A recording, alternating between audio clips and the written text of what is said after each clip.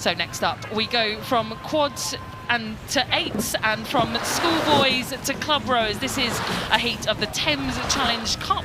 We've got City of Oxford Rowing Club on your left and Marlow Rowing Club on your right as we move through the first 15 strokes of this race. Yeah, and both crews got off cleanly there, albeit that I think Marlow just a little bit further away from the Buckinghamshire station than you'd ideally want to be, but nothing in it at this point. Both crews look quite clean around the finish, smooth. These are good Thames Cup crews. Yeah, so we saw how close it was going off the end of the island there, but now we're at the 3/4 mile signal, and you can see that it's the crew from City of Oxford Rowing Club with the advantage by about a length and a half, I'd say. Now, the tactic here, is it just kind of sit on Marlow, the local crew, or is it, do they want to step on and set a precedent for crews that they're racing later on in the week now?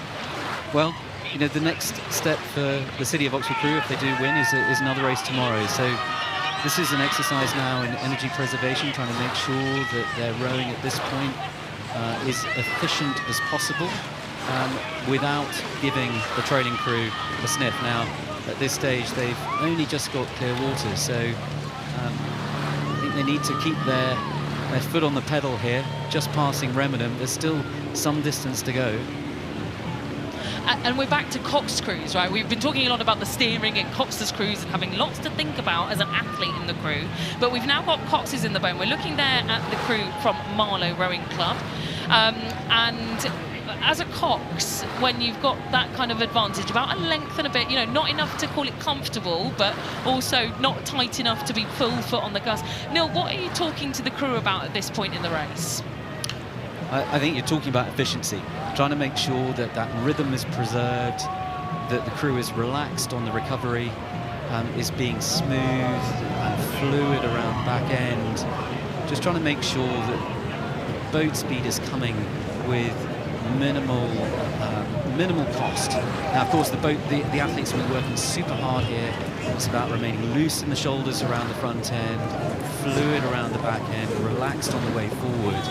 Just trying to get as much run off the finish as possible. And I think actually Philippa Lloyd in the Cox's seat for City of Oxford has done that quite effectively. I think by my eye they've actually drawn out a little bit more water in the last 100 metres or so. They have, you're right, Camilla. They're rating 33. I think that's a rating that has them well within themselves. They will be working hard, there's no doubt about it, but hopefully they'll be working smart. You can see that punch at the finish.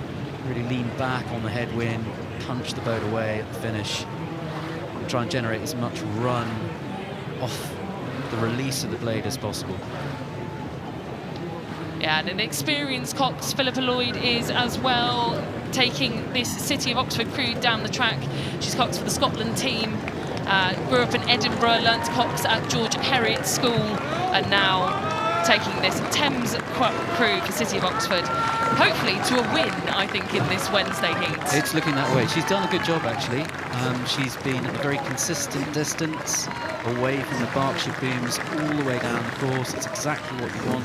It's not necessarily easy to achieve, but she's been straight as a die, all the way down the Berkshire bank. And a very efficient finish there, to take your words, Neil, for City of Oxford Rowing Club. They look quietly delighted with that. And Marlow Rowing Club will take second, but second not good enough, unfortunately, to progress them through to the next round of the Thames.